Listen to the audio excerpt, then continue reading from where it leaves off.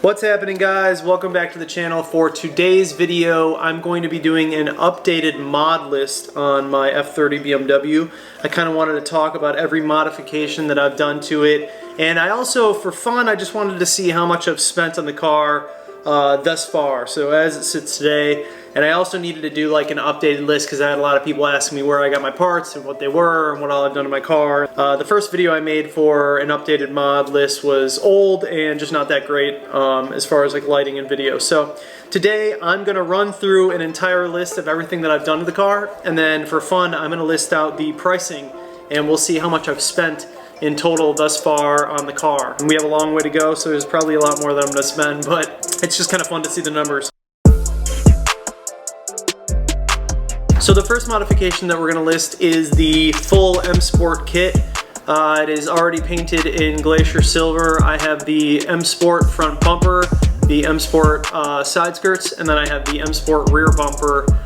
In total, to make all of that happen, it was about $1,300. I did buy the front bumper OEM off of a car in Germany, and it was used, so it has some cosmetic damage, and I am going to end up getting that resprayed, so it just looks perfect. I did want to talk about the fact that it costed me $1,300 for the entire kit, all painted, installed. I installed everything myself and out the door, which isn't bad. I think that people usually spend a lot more when it comes to that entire kit. The next set of modifications I'm going to list are all of the carbon fiber mods that I've done to the car. So the eyelids on the front of the headlights, those were about $30, and I got them, I believe, on Amazon. They're pretty cheap. I don't know that I love them so much anymore. I might take them off in the near future, just because it might be overkill a little bit, and I want to clean up the look of the car. I'm thinking about doing some new headlights, so I think that with new headlights, I might not need the actual carbon fiber eyelids. For right now, they stay on the car. The next carbon fiber modification is the mirrors, the M-type mirrors that are carbon fiber. I got those for about 80 bucks on eBay. They're fine, good quality. I have no issues with them. They're cheap. They're on the exterior of the car. They just make it look a little bit more sporty. In the future, I might change them up, but for right now, they're fine. The rear spoiler was about $200, carbon fiber rear spoiler. That as well I got off of eBay. I think it was about 200 bucks. It was right around there. A lot of the carbon fiber parts that are on the exterior of the car, I try not to spend too much money on them because I just know that they're going to take a beating from weather, and if I have issues with the carbon fiber down the road, I can always re-clear them and kind of bring them back to life. But for $200, I'm totally fine with it. I've had no issues with it. It looks great and it fit great. So the next one I did was the front M3 style grille that has painted black on the actual slits, and then the surrounding portion of the grille is carbon fiber. So I paid about 85 bucks for that, and that as well I got off of eBay. A lot of the carbon fiber stuff I actually got on eBay just because it was the easiest way to do it, and they usually have like the cheapest prices when it comes to this carbon fiber stuff. It's not the best quality. I do notice some like weird kind of like bubbles in it, but whatever, for right now it's fine. Lastly, I got the side skirt extensions that go underneath the side skirts that are also carbon fiber. I really love those. I think that those change the look. In terms of carbon fiber add-ons, those are probably my favorite. I think that they like dramatically change the styling, the side profile styling of the car. And even like when you're walking up to the car and you're just getting in it, it just, I don't know, there's something about those extensions that just make it feel much more beefy and like aggressive looking. So that's it for carbon fiber at the moment. I might add or take away some parts. I haven't really decided yet. But moving on, I did the front M Sport lip on the M Sport front bumper. That is actually going to be changing. The one that I have on there is just like a flat black cheapie that I got on eBay for like 150 bucks. It's like, it's been torn to crap. I mean, I've hit curbs with it. I've like parked into curbs. It's completely trashed. Like the underside of it is just cracked. I'm already looking at other alternatives as to what I'm gonna do. I'm gonna wait till I respray the front bumper, because actually underneath that lip where the adhesive is, there's a ton of scratches from the previous owner. So When I remove that lip, I'm gonna have the front bumper resprayed, and then I'm going a different direction because everybody has the M Sport front lip, and I wanna do something different. I just feel like it's kind of played out. I was gonna do the M Sport lip in carbon fiber on the front, but I'm not vibing it anymore. So that's gonna end up going soon, probably in like the next few weeks. That's gonna go, and then I'm gonna have the front bumper resprayed, and then I'm gonna do something different for the front. The wheels, going into the wheel setup. So I went with Avant-Garde M510s, and I absolutely love the wheels that I have. I've had them for a couple years now, and I love the fitment of them. I love the way they look. I love the durability. I love like how much they weigh. Like everything about them, they are great wheels. I can't say enough about Avant-Garde. They didn't break the bank. I only spent $1,200 on the wheels, and the wheels are 19 by 8.5 in the front and 19 by 9.5 in the rear. They are staggered, and the rears have like a nice dish to them, a nice concave to them. The fronts don't. The fronts are rather flat. That's probably like my only beef with them. I think that they would look better if they both had like a little bit of concave to them. And the wheels are also something I'm going to be changing up in the near future. I'm actually even thinking about doing a different color. And I love the black. Like the black looks really slick, but I want something that like stands out a little more. Something that I'm thinking about going silver. And I know that like a lot of people are like, no, don't go silver, but trust me, if you do it right and it's clean and it's the right set of wheels, it'll look so good. The wheels are wrapped in hand-cooked rubber. The fronts are 235/35s and the backs are 265/30. And I spent $670 on the tires, about $1,900 with the wheels and tires, the package, so not too bad. Obviously, I mean, you can go to like HREs and spend $4 grand on like one wheel. Like you can get crazy with wheels. The roof is wrapped in a black gloss vinyl that I've had it on there for a few years now, so it almost looks like matte finished at this point, but that cost me about $350 to get the roof done.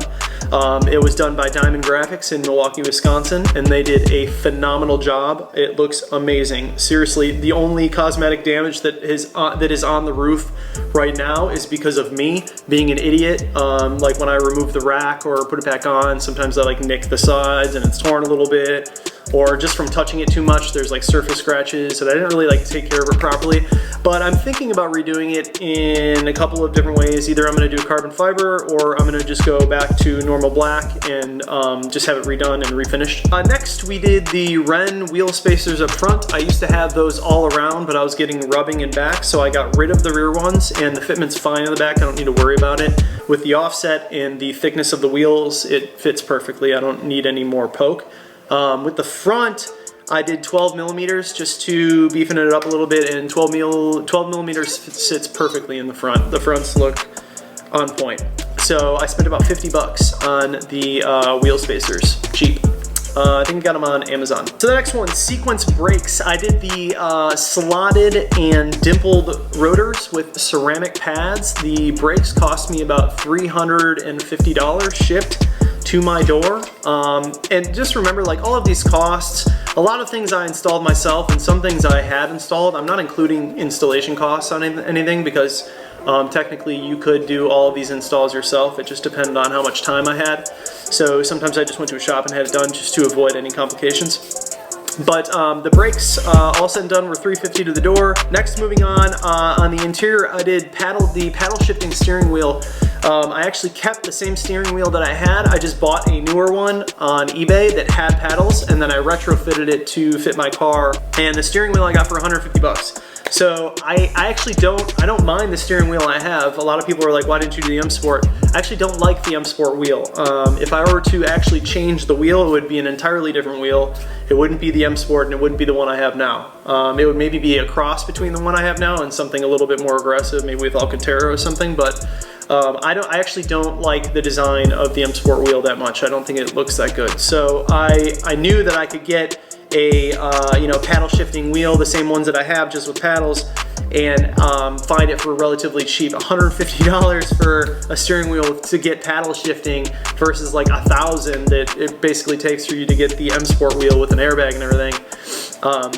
I think that I got away good on that one. I mean, I'm super happy with it. I love the way it looks. The new one that I bought is in much better condition than my old one, so we made out good. Next modification are the IND painted side marker covers. So the like reflectors on the side of the M Sport bumper used to be yellow. I changed those out to be paint matched to the car, and I spent about $90 on those from IND Industries. I think that's the name of the company, but I absolutely love them. I mean, like those were a big change because that yellow just sticks out and it looks ridiculous. Like the car shouldn't have even had those reflectors in it. In fact, in Europe, I don't even think they do have them. But anyways, the next one, I did the ambient interior lighting kit. I actually did a YouTube video on the entire thing, the install process and the before and after. It made a huge difference, and it was only 60 bucks. So honestly, for like a cheap modification like that, kind of a game changer with our interiors. The F30s have a very dim set of LEDs that go across the door sill, and you just can't even see them. So this actually like brought those to life, and I love the inside of my car now. Like, it's seriously changed the interior so much. So I highly recommend everyone check those out. The SCUFF plate door sills. So I actually changed out the actual like door sill SCUFF plates, like the kick plates or whatever they call them. Right along the edge. Mine did say BMW Sport on them in black, and they were just like torn up. So I wanted something new, and I actually got these. I think I got them on eBay, but they say M on them, which is like, I don't like love that they said M, but I couldn't find any ones that said M Performance on them. And I didn't want like M3, like, you know, I didn't want to do that, and I didn't want BMW. I just wanted something cleaner. And those were the cleanest ones that I could find. So whatever, for the price, they look good. I like them. They're easy to install. They look a lot better than the stock ones. 40 bucks to my door. I can't complain. The next modification going to the engine bay is the Ultra Racing strut bar, the upper strut tower bar. It's me $140. Functionality, I don't know that it really changed a lot in terms of the handling. Like, I'm sure it did.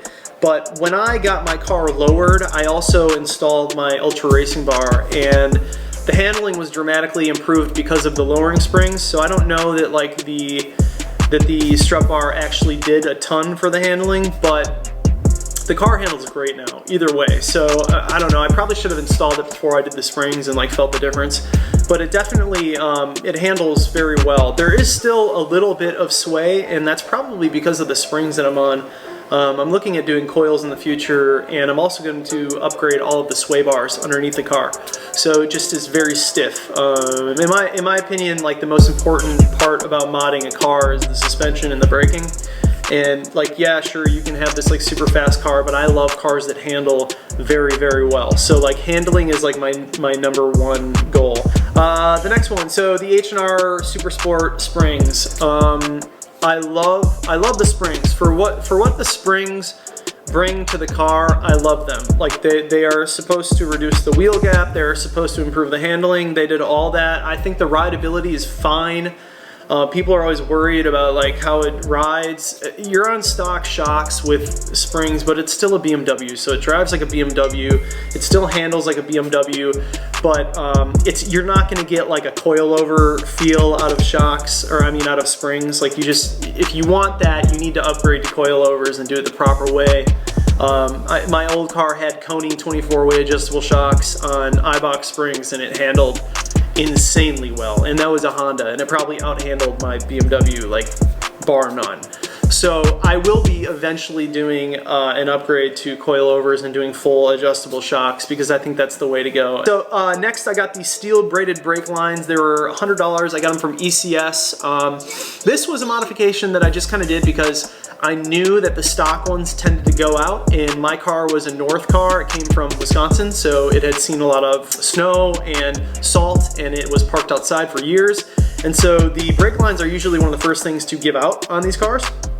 And so I knew that if I just nipped it in the butt right away and went with like an upgraded steel brake line, it would steel braided brake line, it would be beneficial for me down the road. So that's what I did. It was only $100 from ECS, super cheap, but very easy to install, and they look cool. They're red, they match my springs, so whatever.